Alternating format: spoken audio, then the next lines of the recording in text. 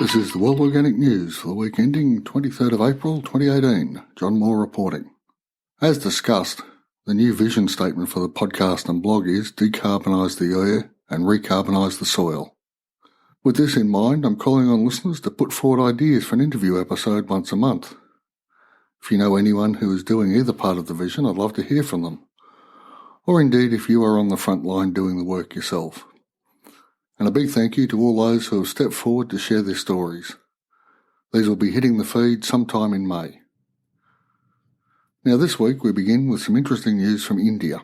From the blog PatentsRewind, we have a post entitled Monsanto Technology's patent for Bt cotton held not patentable.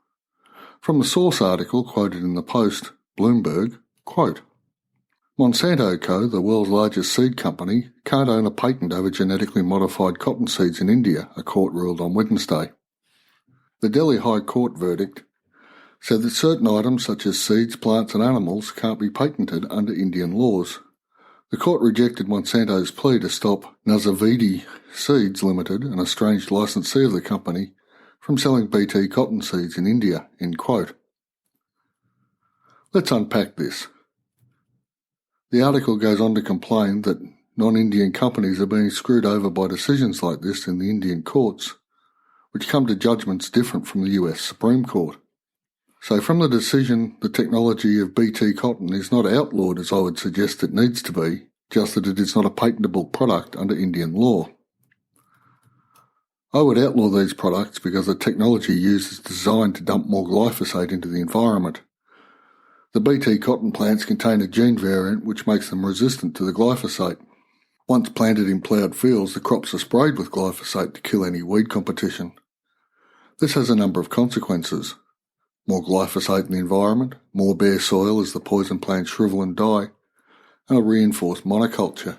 But all this has nothing to do with the Indian court decision. It has other implications. As quoted, seeds, plants and animals can't be patented under Indian laws. And this hits directly at the Monsanto business model. We need to step back a little. Life being patented began back in 1980 from the New Internationalist. Quote, Ananda Chakrabarty won a US Supreme Court case allowing him to patent a bacterium he had genetically engineered to digest oil. Suddenly, a legal construct which had been designed to protect inventors' ideas from appropriation jumped over the not inconsiderable fence that separates the inanimate world from the sentient and animate, end quote. The Indian legal system does not recognise this ability to patent parts of life, hence the court ruling against Monsanto. But Monsanto leapt at the decision in the US Supreme Court in 1980, and their business model goes something a little bit like this. Create a variant in a plant, primarily, that makes the plant's production reliant upon Monsanto's poisons. Patent the, in air quotes, new seed. Sell the new plant as the dream answer to every farmer's greatest fears, weeds, insects, whatever works. Publicise the new crop as revolutionary, only highlighting positive outcomes. Receive backing from the United States Department of Agriculture, where Monsanto executives just happen to be seconded. Litigate any smaller farmers whose seeds become contaminated with the new product through wind-drift pollination. Also ensure the seeds can't be replanted from the previous year's harvest and prosecute any farmers who do so. All of this ensures a monopoly of supply. New seed sales each year, more chemical sales to ensure the new seeds function as sold, and prices set by Monsanto, not the market. It's a nice little earner. So the Indian court decision threatens this whole structure and business model. It does not stop the sale of Bt cotton by other companies, the reason for Monsanto's legal action for patent breach, but it does destroy the economic incentive to create such seeds, or, at the very least, to sell them in India.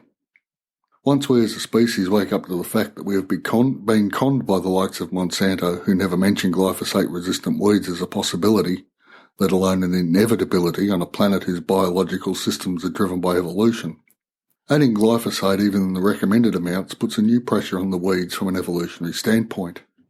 It, in effect, creates a new ecological niche where the survival of the fittest is both predicted by theory and proven by reality. The new niche is similar to the old one: bare soil, tilled soil, space for weeds to get a foothold, plus the added pressure of the herbicide. And guess what? Glyphosate weeds are a reality. Who'd have thunk it? So let me bring this all together in a more coherent form. 1. The US Supreme Court deemed it legal to patent parts of life. 2.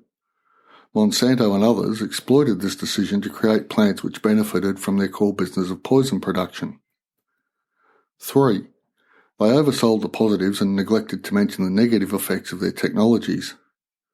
4. The Indian government, amongst very few others worldwide, declined to accept the patentability of seeds, plants and animals. Monsanto lost a court case trying to enforce those allegedly patentable rights. This won't stop BT cotton sales by other companies in India. 7. It's a fairly impressive blow to Monsanto's business model. 8. This last point is where the hope springs eternal. If we can persuade more polities to deny the patentability of life, the GMO poison's business model collapses. Without the monopoly advantage of patent, the profits are not sufficient to justify developing the GMO seed. A small step in the right direction because it hits the industry and the bottom line. Scientific evidence and moral arguments have had no effect. This seems the best means of attack on these insidious corporations and the damage they have had on and are continuing to wreak upon our planet. And with that thought hanging in the air, I'll draw this episode to a conclusion. Remember, decarbonise the air and recarbonise the soil. A transcript of this episode is available at worldorganicnews.com. Now, as a podcast listener, you may be thinking of producing your own podcast, but you're not sure where to begin. Drop over to mrjohnmoore.com and check out my checklist to get you started. I've been teaching how to podcast at community colleges around Sydney and have developed an online version. There's a link in the show notes. I'd love to help you into this way of communicating. Thanks for listening. I'll be back next week.